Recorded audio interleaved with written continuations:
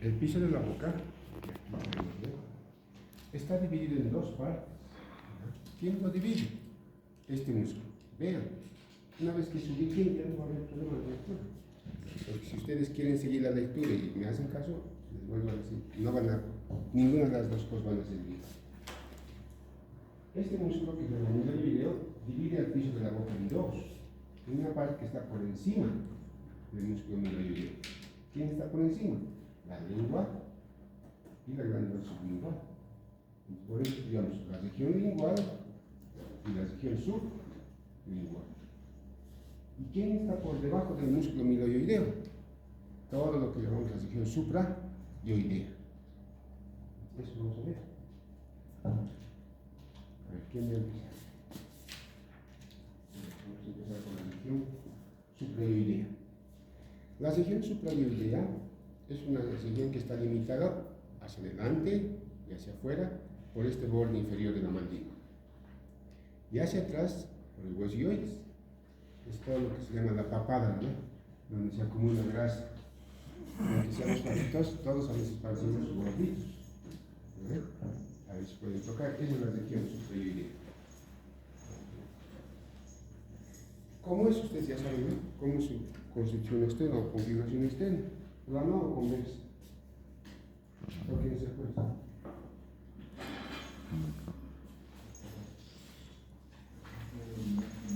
Es convexa. ¿Es el tocador? ¿Qué forma tiene? Ah, ¿Plano o convexa. convexo? La mayoría de nosotros es convexo. ¿No? Convexo. Y además, como ustedes saben, las regiones se describen por planos. ¿Vale? Los planos son los planos. El primer plano, obviamente, siempre es la piel. ¿Quién sabe su piel cómo es delgada o gruesa? Si no aprenden ustedes, ¿cómo van a aprender en otras personas? ¿No? Piel normalmente gruesa, móvil, flexible. Aquí está. Debajo de esa piel está convexo de grasa, ¿no? En el siguiente es la grasa, de grosor variable. Si es muy gordo, es muy alta grasa. Han debido ver, es bien grande. A ver si collar. Luego tenemos la fascia superficial que envuelve el músculo cutáneo del cuello. Ahí está, por eso hay una línea muscular aquí. Y por debajo de eso vamos a encontrar el tejido celular subcutáneo, que aquí les dice laminar. Si ustedes se recuerdan, ese tejido es el órgano de deslizamiento de la piel. Entonces, por eso nuestra piel después decimos móvil. Si no fuera móvil no habría ese tejido. Y en ese tejido vamos a encontrar el origen de la vena yugular anterior. Ahí se origina la yugular anterior. Vamos a encontrar algunos ganglios linfáticos. Vamos a encontrar algunas arterias, digamos, de poca importancia, no se las escribe.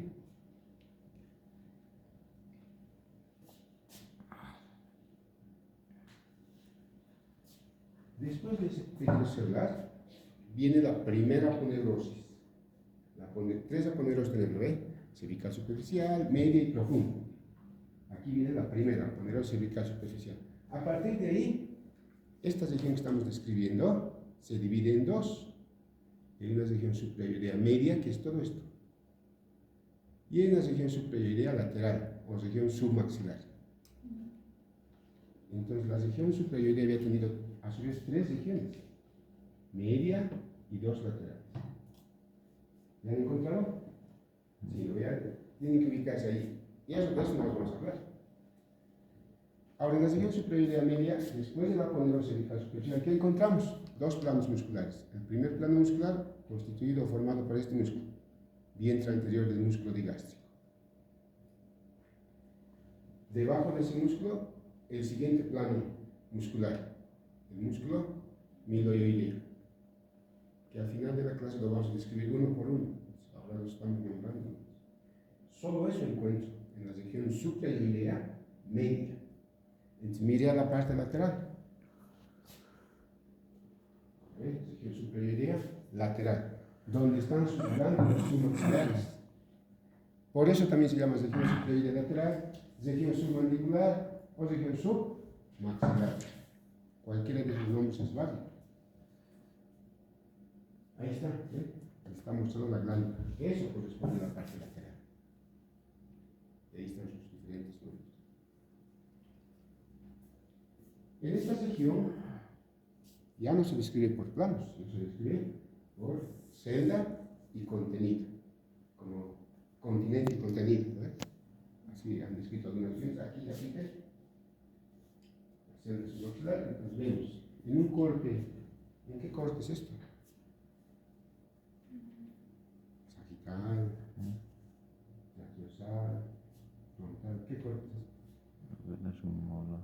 Aquí está mostrando una muela, el hueso, ahí está la glándula. Sagital, frontal o coronal. Si fuera sagital, el diente estaría partido así. Ya se lo he olvidado. Eso les va a servir para interpretar las radiografías, los cortes, en base a eso. En este corte vemos que la región submaxilar más o menos tiene una forma triangular. Aquí está su base, todo esto es su base. Y aquí está su vértice, es un triángulo. Un triángulo. Veremos en otro que está mucho mejor. Aquí se puede también más o menos ver ese triángulo, ¿no? La base y el vértice. Una de sus caras y otra de sus caras. De la glándula, ¿no? Y de la región paredes. Esta región tiene 3 paredes. Pared superior externa, vean. Pared superior externa, pared inferior externa y pared interna. Se escribe en el centro. 3 paredes, 3 bordes, 2 extremidades. Vamos a la pared superior externa. Este es el hueso maxilar. Fíjense que esta es la fosita submaxilar, debemos recordarlo, ¿eh? La fosita submaxilar en el cuerpo, de la mandíbula antes escrito. Eso es esto. La fosita submaxilar, y un poquito más atrás se encuentra el músculo pterigoideo interno. Esos dos, la fosita y el músculo, forman la pared supero-externa. Supero-externa. Si hay supero-externa, habrá inferior-externa. Aquí está aquí, ¿no? ¿Quién forma esa pared? Agarren la aponeurose. Esta es la aponeurose cervical superficial. Esta línea, esta imagen lo tienen en su texto. Esta línea es justo esta aponeurose cervical superficial. En el borde inferior de la glándula se divide en 2 hojas: en una hoja superficial y en una hoja profunda. La pared inferior externa de la celda está formada por esta hoja, por la hoja superficial de la aponeurose cervical superficial. Eso es lo que palpamos junto con la piel y los demás tejidos que hemos descrito hace rato. Esa es la única pared clínica. No se puede palpar por ningún otro lado más cargando, más que por esa pared. Entonces, cuando ustedes hagan su clínica, van a hacer investigación de glándula y van a palpar esa pared. ¿Qué lugar estás palpando? Te va a preguntar usted. Me he olvidado. No sé, pero estoy palpando. Luego vamos a la pared interna. Todo esto. Ahora, si ustedes se dan cuenta, este es el hueso hioides.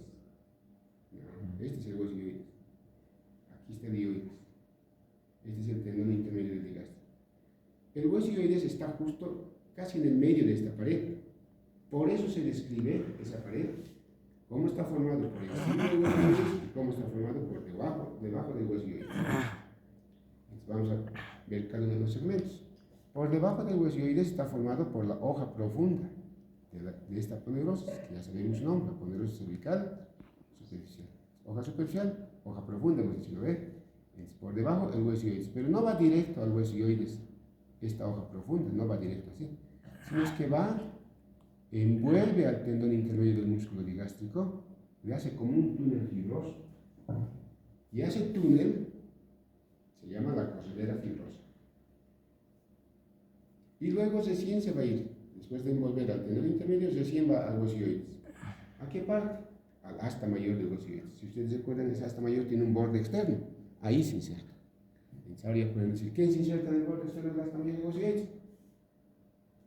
La hoja profunda de la aponeurose cervical superficial. Ahora, ¿qué pasa por encima? La pared. interna de la celda por encima del hueso ilioides está formado por músculos. Músculos y faringe. ¿Qué músculos? Aquí podemos ver. El músculo digástrico. Claro, esta es una glándula pequeñita para mostrarnos los músculos, ¿no? No es tan pequeña nuestra glándula. Ese atlas de Sobota nos ha mostrado esto. El músculo digástrico, el músculo estiloioideo, el músculo miloioideo y el músculo hiogloso. Esos 4 músculos están en la pared interna, pero por encima del hueso ilioides. Y un poquito más atrás está la pared lateral de la faringe, que aquí no se ve, ¿no? Dos hay, una porción faríngea y una porción muscular. Ahora, estos músculos obviamente están dispuestos en diferentes planos. El más superficial es el digástrico, su vientre anterior, su vientre posterior. Este vientre posterior está acompañado por el músculo estiloioideo. Por debajo de eso está el músculo miloioideo y por debajo del miloioideo el músculo hiogloso. Así están dispuestos en diferentes capas.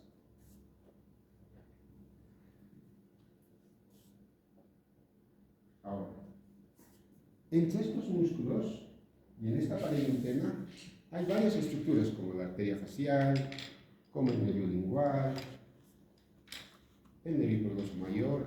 En esta pared están adheridos a esa pared. Pero resulta que la arteria lingual, que está por dentro del músculo hiogloso, aquí se le nota la arteria lingual. Esta es, vean, está yendo así. Y aquí está la otra parte, ¿eh? Está yendo hacia la lengua, como es lingual.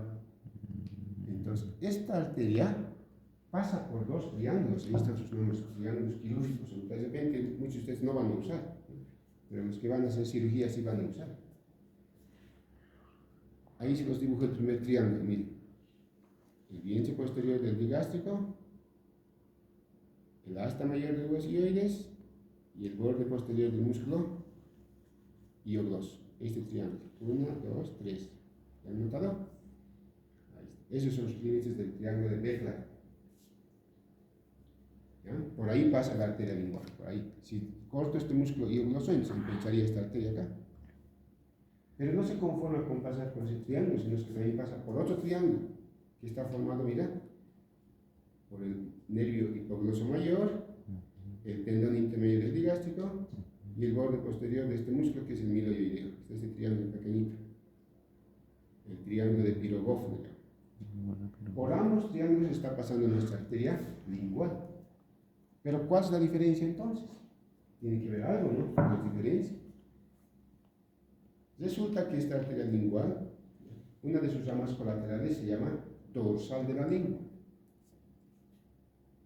Esa arteria, esa rama colateral, nace justamente a esta altura, a la altura del vientre posterior del músculo digástrico. Va a dar esa rama colateral llamada dorsal de la lengua. Entonces quiere decir que en este primer triángulo la arteria tiene esa rama colateral, está con la arteria dorsal. En el siguiente triángulo, como ya he emitido la dorsal, ya no, pues la lingual ya no tiene la arteria dorsal, sin la arteria dorsal. Esa es la diferencia. En un triángulo con la dorsal, en el otro sin su rama colateral.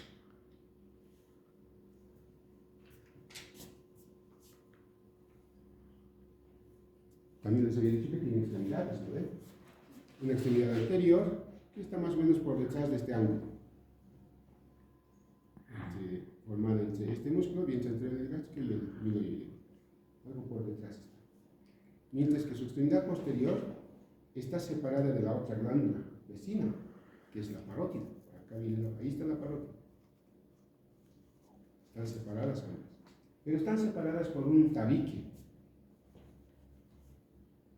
llamado el tabique intermaxiloparotídeo.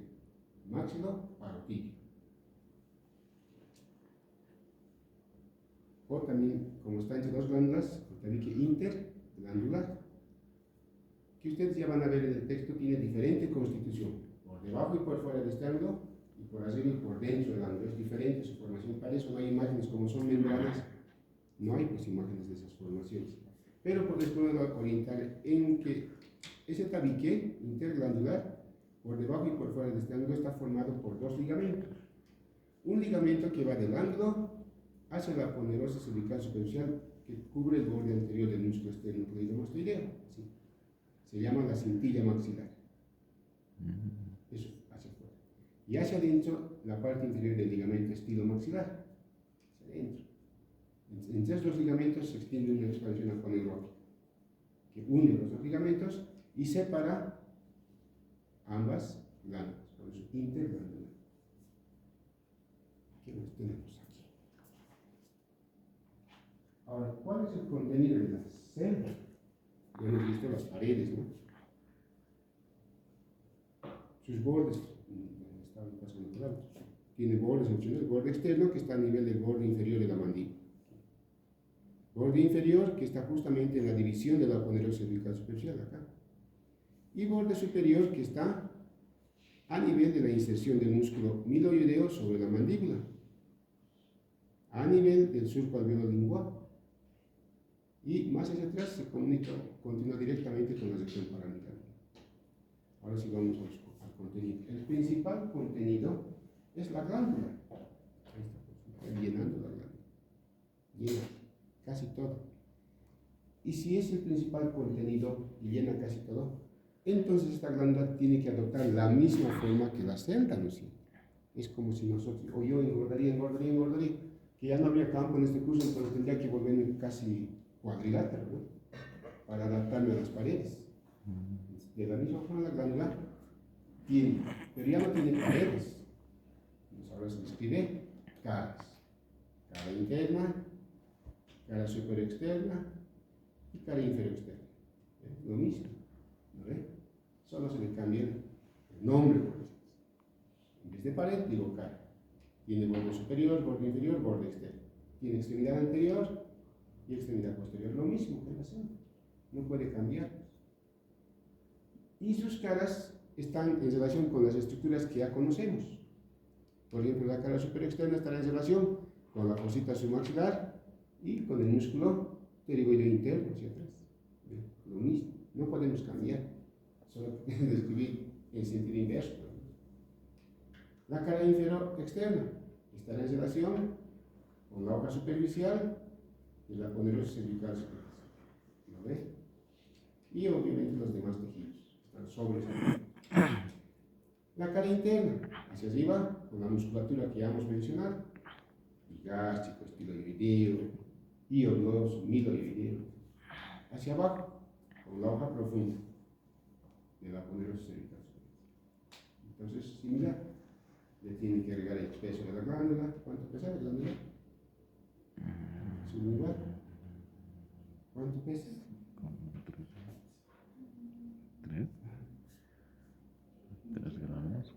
3 gramos o 5 gramos. Eso le tienen que agregar. ¿No? ¿Cuál es su conducto que saca la saliva que produce? El conducto de Wharton. ¿Cuánto mide? Esas cosas tienen que agregar. 4, 5 centímetros, 3 milímetros de diámetro. Esas cosas, como ya han llevado, se supone que saben, ¿no? Porque glándulas han tenido que ver sí y sí en cavidad bucal. ¿Qué más está en el contenido? La arteria facial. Aquí les muestro la facial. Esta es la arteria facial. Ahí está. Esta arteria facial ingresa, bueno, es colateral de la arteria carótida externa, asciende por la pared lateral de la faringe y pasa por encima del estiloideo y el digástrico y recién ingresa a la región submaxilar. Cuando ingresa, contornea el borde superior de esa glándula, pues está pasando por aquí encima. Luego la cara superior externa, luego se flexiona, contornea el borde inferior de la mandíbula y abandona la región a nivel del ángulo anterior inferior del masséter. Una pequeña partecita de la arteria no está en la región, no está toda, ¿no? En este trayecto, obviamente va a dar algunas ramas colaterales. De este vértice van a ser una rama llamada la palatina inferior, que va a estar principalmente destinada al músculo estilogloso y a la amígdala palatina. Si está pasando por encima de la glándula, obviamente va a dar ramos submaxilares. No puede pasar sin motivo también por ahí.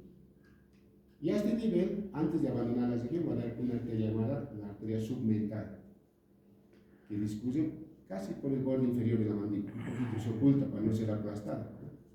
Se oculta por acá, por el lado interno de ese borde inferior, y se dirige, como se llama, arteria submental, hacia la región del mentón. 3 arterias más o menos corresponden de la facial, tiene varias colaterales. De esas varias, 3 por lo menos corresponden a la región submaxilar. ¿Quién más está? La vena. Ahí está la vena facial. Ahí está la vena. Aquí está el masseter, su ángulo anterior inferior. La vena ingresa también a ese mismo nivel. A nivel del ángulo anterior inferior ingresa a la región submaxilar, cruza toda la cara inferior externa y abandona la región para dirigirse a la región carotídea. Obviamente en este trayecto también van a recibir venas afluentes de la glándula. Las venas no tienen colaterales. A veces les tomamos el pelo por eso, ¿no? Las venas tienen afluentes, son como los ríos. Cada vez se hacen más caudalosos los ríos según van recibiendo, ¿no? Aportes de agua. Esto, la vena es igual, no puede tener colaterales. Aunque el libro diga colaterales, tiene que decir no es así. ¿Quién más está? Aquí tenemos los. Obviamente el nervio lingual, ¿no? Aquí está el lingual. El ciencito nomás han estudiado el nervio lingual, ¿no? Cuando han descrito el nervio lingual, cuando el nervio lingual sale de la región pterigomaxilar, cuando cruza el borde anterior inferior de este músculo, pasa a la cavidad bucal y está por encima de la glándula. Incluso desciende por su cara interna de la glándula. Entonces, ¿qué? Entra pues, en constitución de la región submaxilar. ¿Quién más está? Bueno, su relación con el conducto de Wharton, ¿no? A ustedes ya no les sirvió mucho, pero en mi época servía mucho esta relación. Que este nervio pasa por fuera, por debajo y por dentro de este conducto, llamado de Wharton. Eso en el cadáver era fundamental, conocer esa relación. Con eso podía saber cuál era el conducto, porque hay veces hay vasos, todos se parecen, pero solo el conducto es rodeado por el nervio lingual. Fuera, por debajo y por dentro. Luego también están los vasos y nervios miloioideos, ahí están estos. Como hemos dicho que en la pared interna, en su parte superior, participa el músculo miloioideo, entonces estos, el miloioideo sama de quién es. Ese nervio miloioideo sama de quién es. El dentario inferior. Eso, el dentario, ¿no? Es decir, unas 7 semanas estamos pasando. Ese es el mismo nervio del que estamos hablando. Ingresa a la región a lo largo de su borde superior de la glándula para dirigirse junto con la arteria, ¿no? Ambos ingresan a estas dos estructuras, al digástrico y al músculo miloioideo. También en la región hay ganglios linfáticos, pero no se tienen que confundir con los ganglios nerviosos, son diferentes estos, hasta su nombre, ¿no? Y están a lo largo del borde inferior de la mandíbula, estas cositas verdes que ustedes ven. Hay otro ganglio submaxilar, ¿no? Pero ese es el ganglio nervioso que está anexo al nervio lingual. Esto es otra cosa. Ahora, estos ganglios corresponden al grupo ganglionar submaxilar. Y además están ordenados de la siguiente manera. Miren, este está por delante de la arteria, ¿no ve?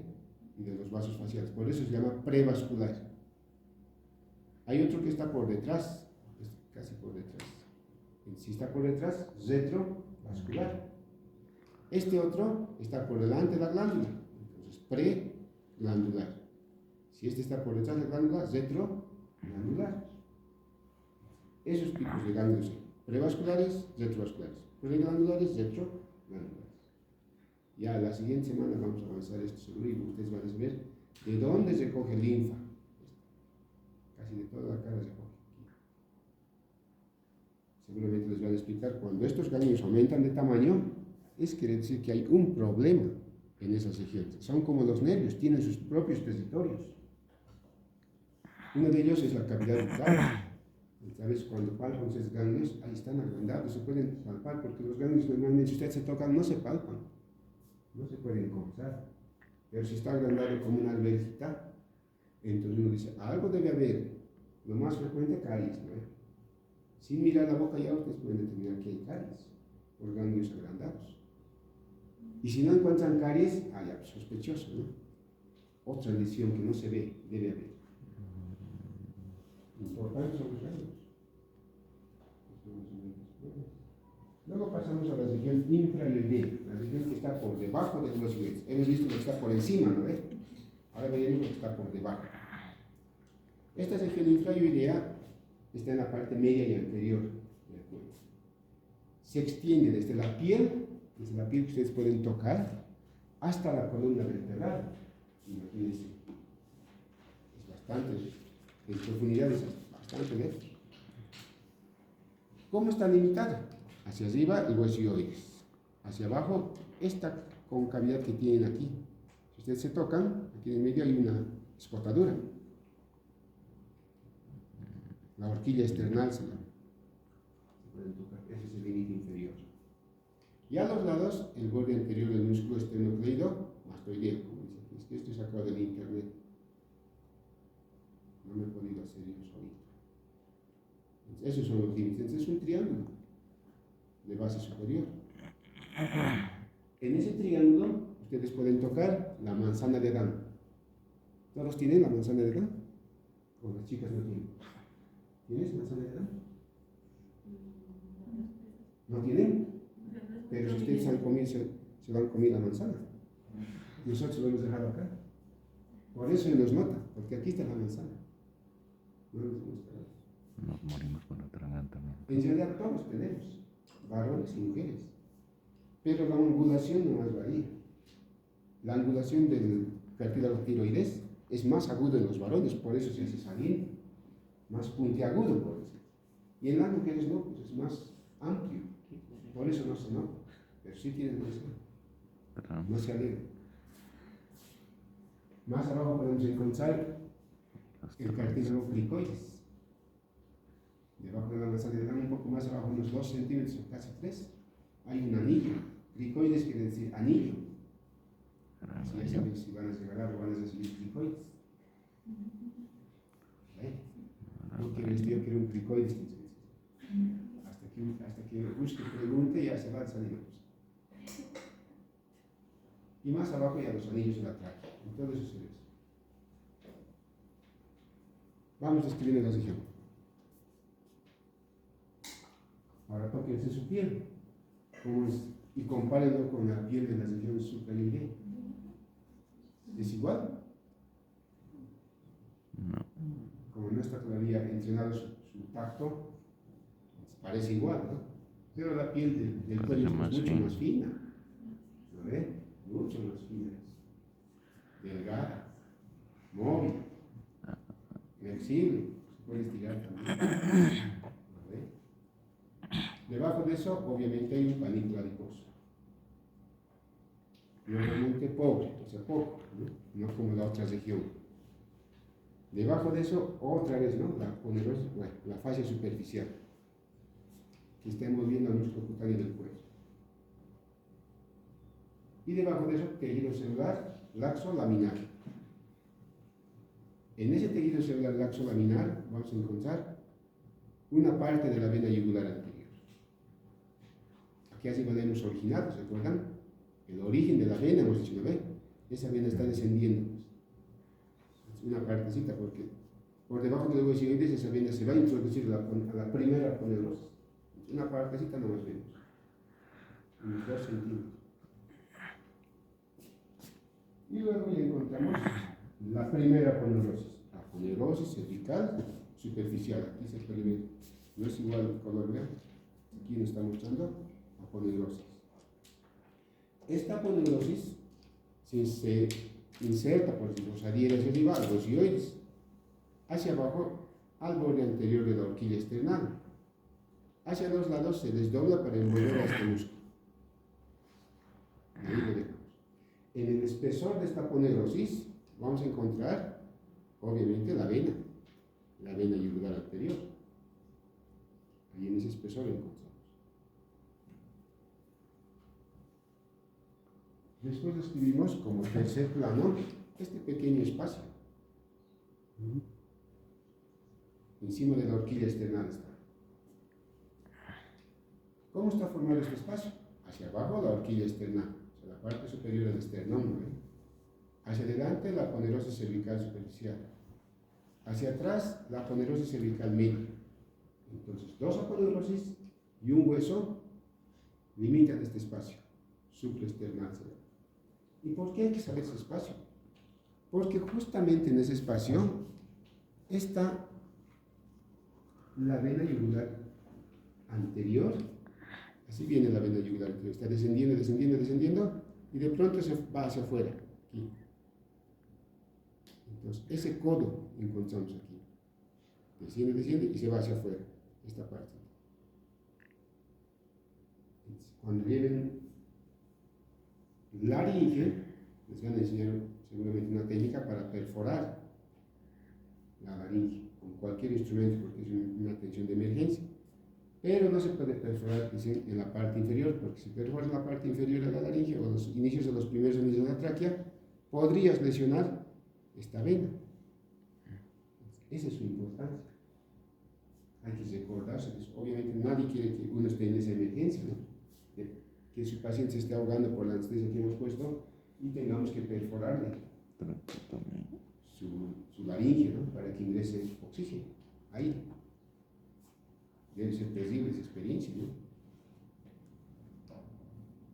Luego el siguiente plano está formado obviamente por la siguiente aponeurosis cervical media y músculos infrayoideos. Por eso está así. La aponeurosis cervical superficial envuelve todo el cuello, todo esto, hasta aquí tendría que llegar. Mientras que la media, aquí se presenta en color verde, solo envuelve a los músculos infrayoideos. Estos músculos infrayoideos están dispuestos en dos capas. Para adelantar un poquito, ya vamos a entrar a músculos. La primera capa, que es la capa superficial, está formada por el músculo homoyoideo y el músculo esternocleidoioideo. Ahora van a aprender a escribir bien también, porque muchos les escriben como sea. Le quitan una O, le quitan una I. Y la capa profunda está formada por el esternocleidoideo y el tiroideo. Parecidos, ¿no? Pero el primer esternocleidoideo, entonces quiere decir que va a llegar al cartílago tiroides, que es la manzana de Van. El otro dice esternocleidoioideo, de ioides. Hay diferencias. Por detrás de esos músculos, de esa aponeurosis, el quinto plano está formado por varias estructuras. La glándula tiroides, ahí está, en la parte anterior inferior. Este conducto laringotraqueal, o sea, la laringe y la tráquea. Y por detrás, el conducto faringo-esofágico. Y así hacia atrás ya está la columna. ¿Qué espacio ocupan estas estructuras? Ocupan un espacio limitado hacia adelante, por la aponeurosis cervical media. Hacia atrás están las vértebras revestidas de músculos prevertebrales y la aponeurosis cervical profunda. O sea, la aponeurosis cervical profunda, en otras palabras, envuelve a los músculos de la columna vertebral. Entonces ya tendríamos las tres aponeurosis que tiene nuestro cuello, básicamente. Y a los lados está el paquete vasculonervioso del cuello. ¿Quién forma el paquete vasculonervioso del cuello? La arteria carótida primitiva, el nervio vago, la vena yugular interna están aquí. Así se forma este espacio, donde están estas estructuras que les he nombrado: glándula, tiroides, conducto laringo-traqueal y conducto faringo-esofágico. En ese espacio están. Vamos a otra región más bonita. Recuerden que les he hecho la división del miloioideo. Por debajo del miloioideo hemos hecho región suprayoidea, ¿ve? Por encima del miloioideo hemos hecho la región lingual y la región sublingual. De esta región morística. Ahí está lo mismo, ¿ves? Por encima del miloioideo, la región lingual, y a los lados la región sublingual. Son tres regiones ahí. Ambos se apoyan sobre el miloioideo. Entonces, ¿dónde está la región sublingual? por encima del músculo miloideo y a cada lado de la raíz de la lengua. Esta es su raíz. Como ya han llevado lengua, entonces la raíz de la lengua, ustedes saben que por la raíz se recibe sus músculos, sus vasos, sus lenguas, lo conecta a los estructuras. Y este es la parte superior o libre de la lengua, la móvil, por eso se parece un honguito. Ya, pero vamos a lo que nos interesa. Acá también se describe celda y contenido. Tiene 4 paredes: superior, inferior, interna y externa. Creo que para que se recuerde todo. Ahí está, no se olvide. Sus 4 paredes. ¿Cómo está formada su pared externa? Por la fosita sublingual. ¿Dónde han descrito la fosita sublingual? ¿Dónde has descrito la fosita sublingual? Pero yo quería que hable él para que se grabe. En la cara interna, El cuerpo de la el mandíbula. cuerpo de la mandíbula, por encima de la línea midoidea, ¿no? Ahí, eso, por su pared externa. Su pared interna, nos estamos dando que son músculos. El genioideo, el genio gloso, el io gloso forman su pared interna. El io gloso ya lo conocen, ¿no? El genio gloso también lo conocen, han descrito. Ahora van a describir a este genioideo que está en su pared interna. Hacia arriba, ¿quién forma su pared superior? ¿Se acuerdan? La mucosa del surco alveolo lingual. ¿No? Ahí hay una eminencia o un pliegue, el pliegue sublingual, decíamos, ¿no? Que si vemos con una lupa, vamos a observar varios orificios que corresponden a los conductos excretores de esa glándula. Es un cavidad bucal que hemos repasado. Y hacia abajo, ¿quién forma su pared inferior? Aquí estamos viendo. ¿Qué músculos esté? El miloideo. Así está formado sus paredes. Su extremidad anterior está a cada lado de la línea media. Su extremidad posterior se abre libremente hacia la región submaxilar. O sea, se comunican las dos regiones. Vamos al contenido. ¿Quién es el contenido? Obviamente, la glándula sublingual. Ahí está. Este atlas de Netter nos ha mostrado una glándula bien pequeñita también. Aunque esta es pequeña la glándula, ¿no? ¿Cuánto mide la glándula sublingual? Tienen que acordarse, 3 centímetros. ¿Cuánto pesa? También 3. ¿No? Esta glándula es gordita y bajita. De alto tiene 5 milímetros, de ancho tiene 7 a 8 milímetros. Pues les digo, es más gordita y bajita. Obviamente, entonces, como este es el principal contenido, al igual que la glándula submaxilar, se adapta pues, a las diferentes paredes que tiene esta celda. Entonces, describimos la cara interna. Su cara interna se relaciona con los músculos que ya los hemos mencionado. Ahora miren, algo interesante, para los que pasan no sé con qué doctor, siempre les pregunto. Este es el músculo iogloso. Este es el músculo miloideo. Entre ambos hay este espacio. Ese espacio es pues la celda sublingual. Este espacio, de ese espacio nos hablamos, pero le hemos puesto nombres, ¿no? Ese espacio hacia atrás se abre a la región submaxilar. Ya, estábamos así.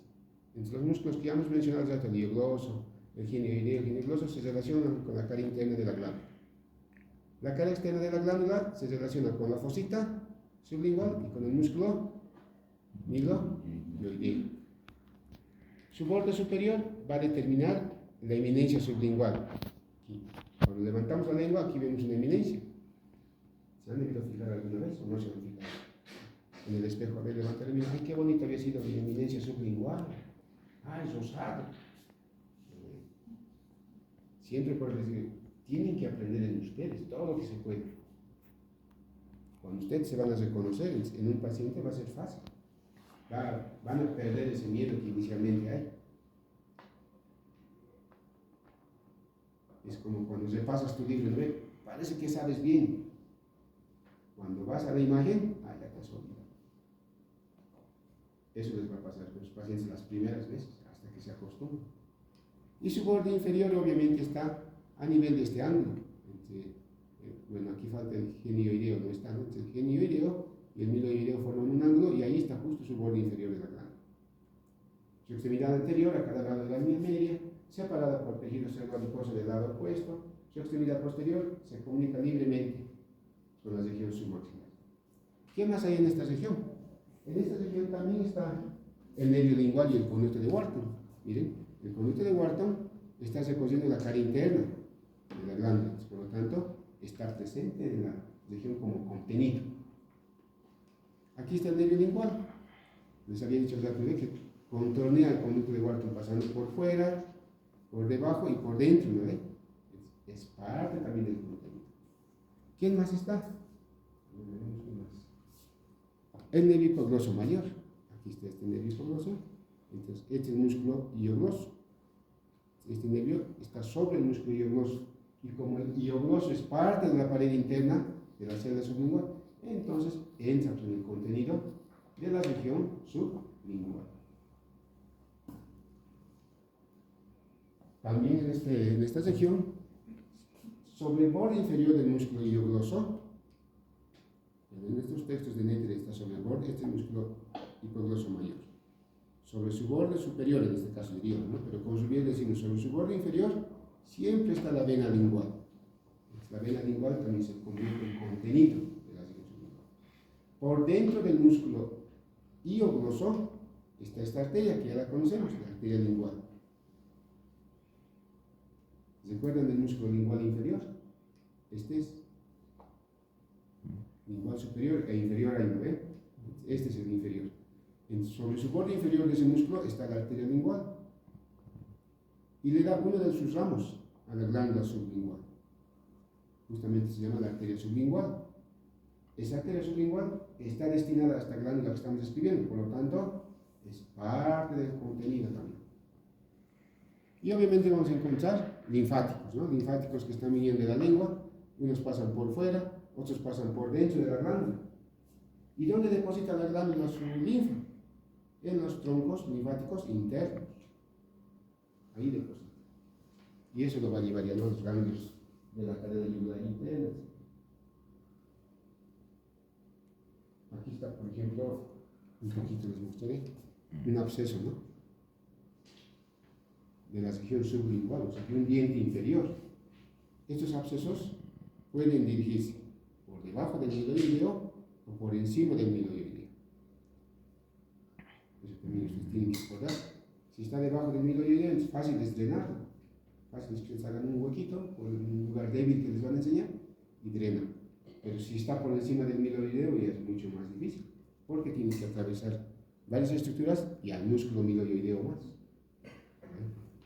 Bueno, por eso ya van a aprender en la clínica, ¿no? Ahora sí pasaremos a estos músculos suprayoideos y músculos infrayoideos. Los músculos anteportadores. Luego les voy a mostrar los videos, ya no vamos a acabar aquí. Empezaremos por estos músculos, los músculos infrayoideos. Aquellos músculos que ponen fijo al hueso yoides. ¿Para qué lo ponen fijo? Para que actúen los músculos suprayoideos. En realidad nosotros tenemos 4 músculos infrayoideos a cada lado. O sea, quiere decir que son en total 8. Pero no sé, a uno de los profesores les gusta preguntarle, ¿ve? ¿Cuántos músculos infrayoideos hay? La mayoría responde 4. Pero el otro dice, no, pues yo he preguntado ¿cuántos músculos? No les he dicho a cada lado. ¿Ve? ¿Cuáles son esos? Les había dicho los músculos hace rato, los músculos infrayoideos están dispuestos en 2 planos. En el plano superficial, que están formados por el músculo homoyoideo y el músculo esternocleidoioideo. Esos son los 2 músculos del plano superficial de músculos infrayoideos. Como ustedes están viendo, el homoyoideo es un músculo digástrico. Tiene un vientre superior o anterior y tiene un vientre posterior o inferior. Está situado en la parte lateral inferior del cuello, como ustedes ven, cuello lateral inferior. Ahí está. ¿De dónde a dónde va? Desde homo omóplato. Desde el omóplato al hueso hyoides. Ahí se extiende. Entonces, ¿dónde nace? Un esquemático. Este esquemático está bonito. En el borde superior del omóplato nace. Ya ustedes van a ver porfirios tendinosas, etc., ¿no? Ahí nace. De ahí se dirige hacia arriba, hacia adelante, hacia adentro. Como están viendo ustedes, ¿bien? Hacia arriba, hacia adelante, hacia adentro, porque el omóplato está más fuera que nuestro hyoides, ¿no? Nuestro hyoides es pequeño y nuestro omóplato está casi a la altura de los hombros, por decirlo así. Por eso tiene que dirigirse hacia arriba, hacia adelante y hacia adentro. Aparece por detrás de este hueso. ¿Quién es este hueso? Clavícula. Aparece por detrás de la clavícula. Por encima las estructuras que están por aquí, como son los músculos escalenos, el plexo braquial, que obviamente por ahora ustedes no saben, ¿no? Y está cubierto por el músculo esternocleidomastoideo, que cruza así. Además, cruza al paquete vasculonervioso del cuello. Hace rato les decía, el paquete vasculonervioso del cuello está formado por la carótida primitiva, la yugular interna, que es esta, la vena yugular interna, y el nervio vago. El nervio vago es el 10º par venoso. Esos tres. Cuando este músculo cruza a esta vena, entonces nos muestra su tendón intermedio. Justo ahí. Y además también ahí cambia de dirección. Ahora se va a dirigir hacia arriba, hacia adelante y hacia adentro, dando origen a su vientre anterior o superior. Y este vientre va a ir paralelo al otro músculo que vamos a describir enseguida y se va a insertar en el borde inferior del hueso hyoides. Vamos al otro músculo. El esternocleidomastoideo.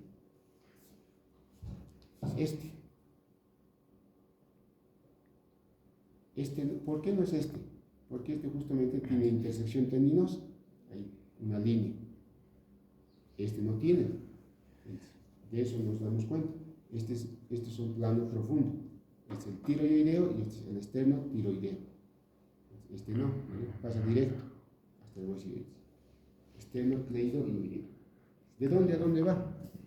Esternocleidomastoideo. Desde la extremidad interna de la clavícula, y hay un ligamento por ahí, un ligamento esternoclavicular, hasta ahí se inicia. En su origen es bastante ancho, y poco a poco va reduciendo su volumen. Asciende, va cubriendo a los anillos cartilaginosos de la tráquea, pasa por delante de los cartílagos de la laringe, cruza la manzana de Adán, más o menos, y termina insertándose en el borde inferior del hueso hyoides, a cada lado de la línea media. Porque la parte externa de ese borde ya está ocupada por el homohyoideo, no puede insertarse en el pecho externo o en la mitad externa. Este se inserta en la mitad interna.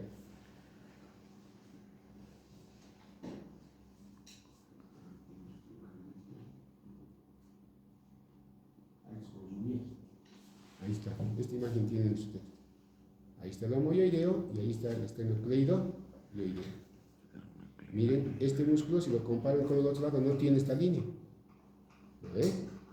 Por eso nos indica, este es el plano superficial y este es el plano profundo.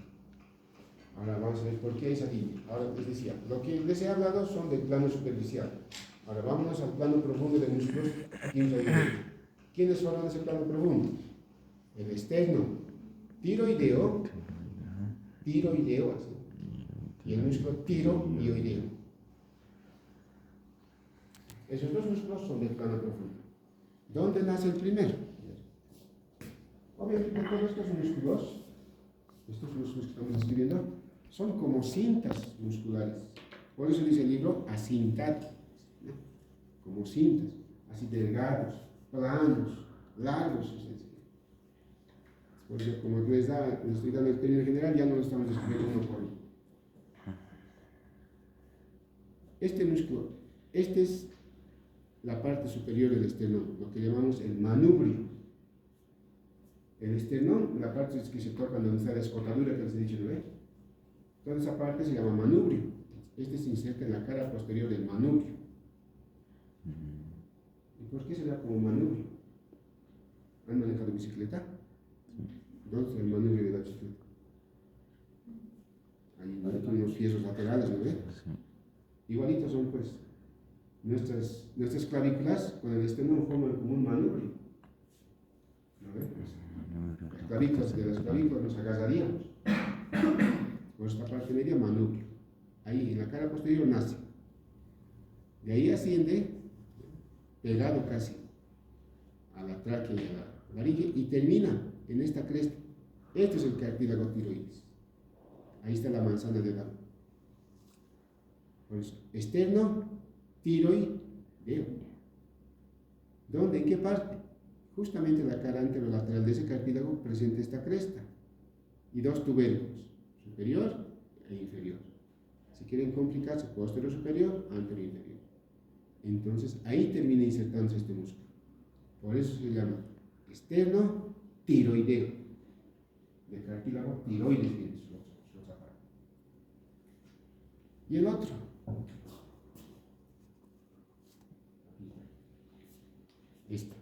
Este pequeño músculo.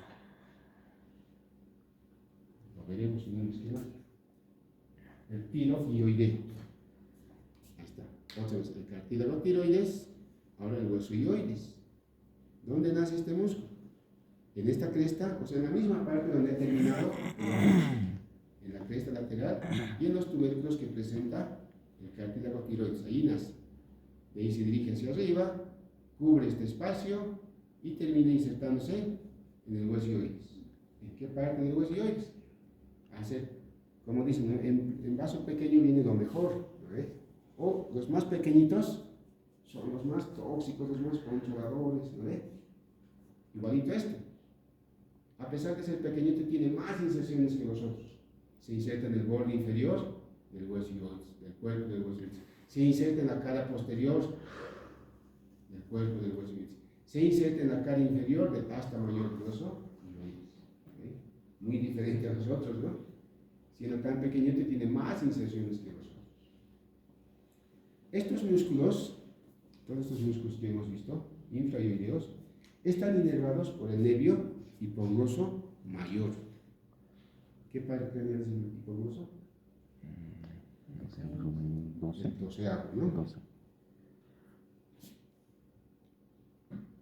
A ver, los veremos. Si funciona, veremos.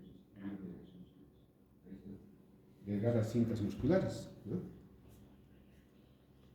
Ahí está su nombre, está poniendo. Basta, los demás están las palabras.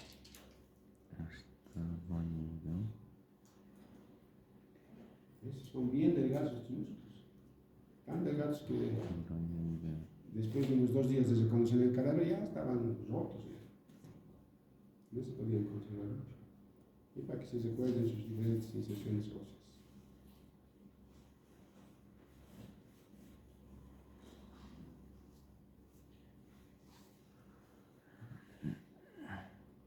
Ya en el cadáver, ¿no? Aquí todavía no están los infraioideos. Le voy a poner, ahí está. Ya ha puesto la glándula. Y por encima de la glándula están esos músculos. Por eso no se puede palpar la glándula. Porque están cubiertos por músculos, por cintas musculares.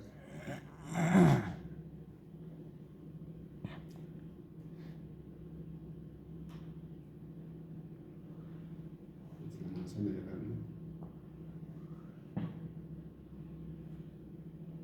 Ahí está. Ya ha puesto el plano profundo. O sea, el externo tiroideo y el tiroideo. Seguramente nos va a mostrar. Ahí está. Tiro y oideo. Y el externo tiroideo.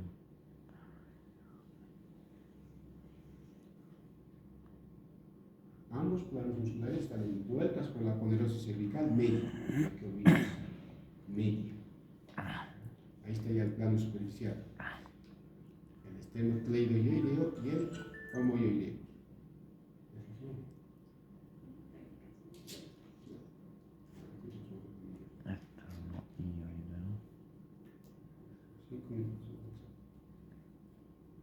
Y el homoioideo. Músculos del plano superficial.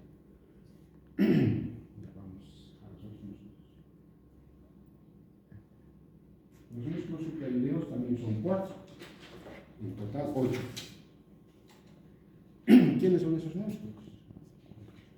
El genioideo. Ahí está el genioideo.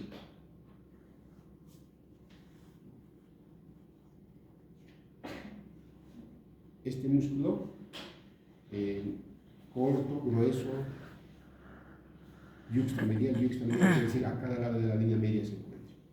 ¿Y dónde va? De la mandíbula, geni, ¿se acuerdan de esa cosa? Geni, adioides. Entonces así están los planos musculares, pasando el cutáneo del cuello, el miloioideo, el genioideo y el geniogloso. Así están dispuestos. Este se inserta en la apófisis genia inferior y de ahí se dirige hacia atrás y hacia abajo para terminar insertándose en la cara anterior del cuerpo del hueso ioides.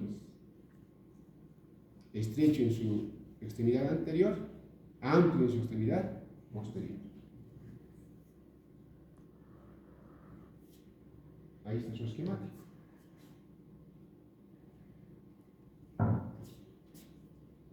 Al miloioideo, un músculo plano, delgado, ancho, que forma el piso, ¿no es cierto? El piso de la cavidad bucal. Y este es responsable de dividir ese piso, a su vez, en 2 subpisos.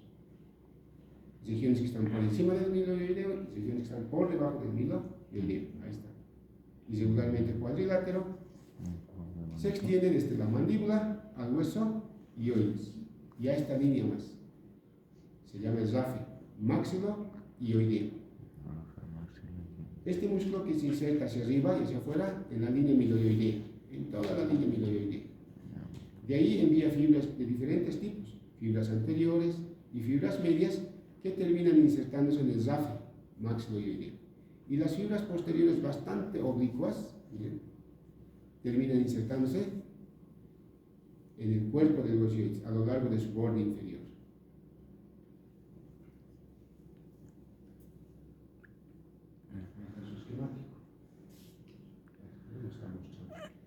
Aunque está mal, ¿no? Esta flecha debería ir hasta aquí abajo. Por eso decimos, en la cara anterior del cuerpo, a lo largo de su borde inferior. Luego tenemos el músculo digástrico. Este músculo digástrico, que como su nombre dice, quiere decir 2, ¿no ve? Tiene un vientre posterior y un vientre anterior, ambos unidos por su tendón intermedio. Está situado en la parte superolateral del cuello.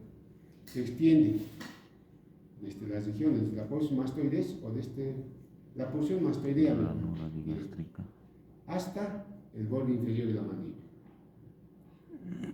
¿Dónde se inserta? ¿Se acuerdan de la ranura digástrica? Ahí nace su vientre posterior. Como les digo, ustedes ya van a leer el detalle, ¿no? Por fibras tendinosas, por fibras carnosas, fibras tendinosas que se prolongan en su borde anterior, etc. De ahí se dirige hacia abajo, hacia adelante y hacia adentro, y su extremidad inferior perfora este otro músculo. Pasa entre el músculo estiloioideo, o a veces no lo perfora, ¿no? Es variable. Pasa por encima del hueso ioides y nos muestra su tendón intermedio. Ese tendón intermedio está envuelto, ahí está la cosadera fibrosa. Esta es la cosadera fibrosa, ¿se acuerdan? La cosadera fibrosa está formada por la hoja profunda de la aponeuriosis cervical superficial, que no va directamente al hueso ioides, les había dicho. Primero envuelve al tendón intermedio y luego recién se va a insertar al borde externo del asta mayor. ¿Lo ve? Así les he descrito. Es lo mismo. Y luego pasa a la región suprayoidea, pero ya con el nombre de vientre anterior, que termina insertándose en la fosita digástrica. ¿Dónde está la fosita digástrica? A cada lado de la línea media del borde inferior de la mandíbula. Ahí está su esquemático. Vientre posterior, mucho más largo. Vientre anterior, mucho más corto, aplanado de arriba hacia abajo, sobre el músculo miloideo. Y tenemos a este músculo, el estilo ioideo. Un músculo fusiforme que va desde la fosa estiloides hacia el hueso ioides. Está situado primero por delante del vientre posterior digástrico y luego por dentro. puede ser atravesado en la parte inferior por el tendón intermedio del músculo digástrico y luego termina este músculo estiloideo insertándose en el cuerpo del hueso ioides, pero también puede insertarse en el asta mayor del hueso ioides. Ahí está su esquemático, hasta la pulsa estiloides, y ahí está, hasta el hueso ioides. Veremos su video, bien bonito.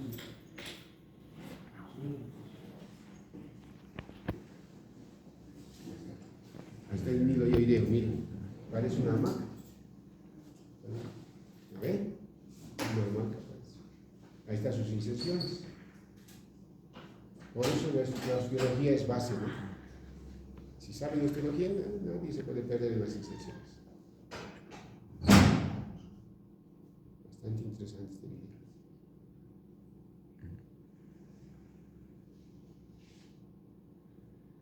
Este es el...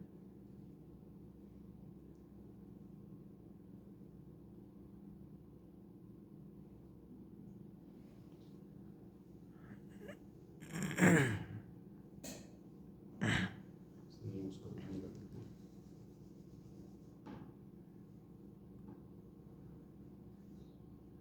Ahí está, ahora el genioideo. Miren, estrecho adelante, ancho hacia atrás, ¿no? Un triángulo de soporte.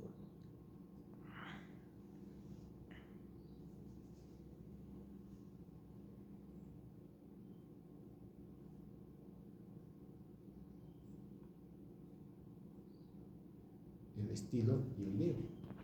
Y nos va a mostrar su orificio que puede ser atravesado por el tendón intermedio del músculo digástrico. Ahí está, ¿ve?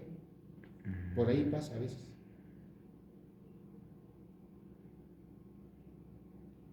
Desde la base de la parte posterior externa, cerca de la base de la pulsa estiloides, ahí se inserta.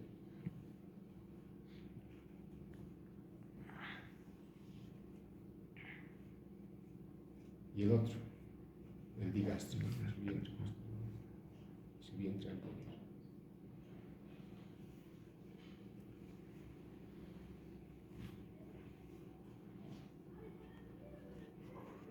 Ahora, el tendón intermedio del digástrico tiene sus propias fibras tendinosas que se insertan en el hueso ioides. Y gracias a esas fibras tendinosas, este cambia de dirección. No cambia de dirección por el estilo ioideo, no cambia de dirección por la corredera fibrosa, sino por sus propias prolongaciones tendinosas que van a ir hacia el hueso ioides.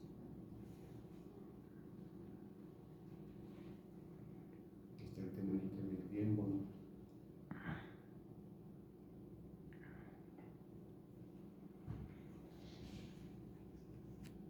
Y intraanterior, ¿no? Cosita digástrica.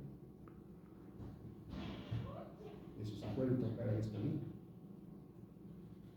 Y ustedes ya saben cómo está inervado, ¿no? El miloioideo y el vientre anterior del digástrico. ¿Quién los inerva? El nervio hipogloso. miloioideo. El estiloioideo y el vientre posterior del digástrico. ¿Quién los inerva? El facial, ¿no? Tiene un ramo exclusivamente con ese nombre, ¿no? El genioideo, el nervio hipogloso mayor. Ya lo tienen ahí en el bolsillo. Listo, vamos.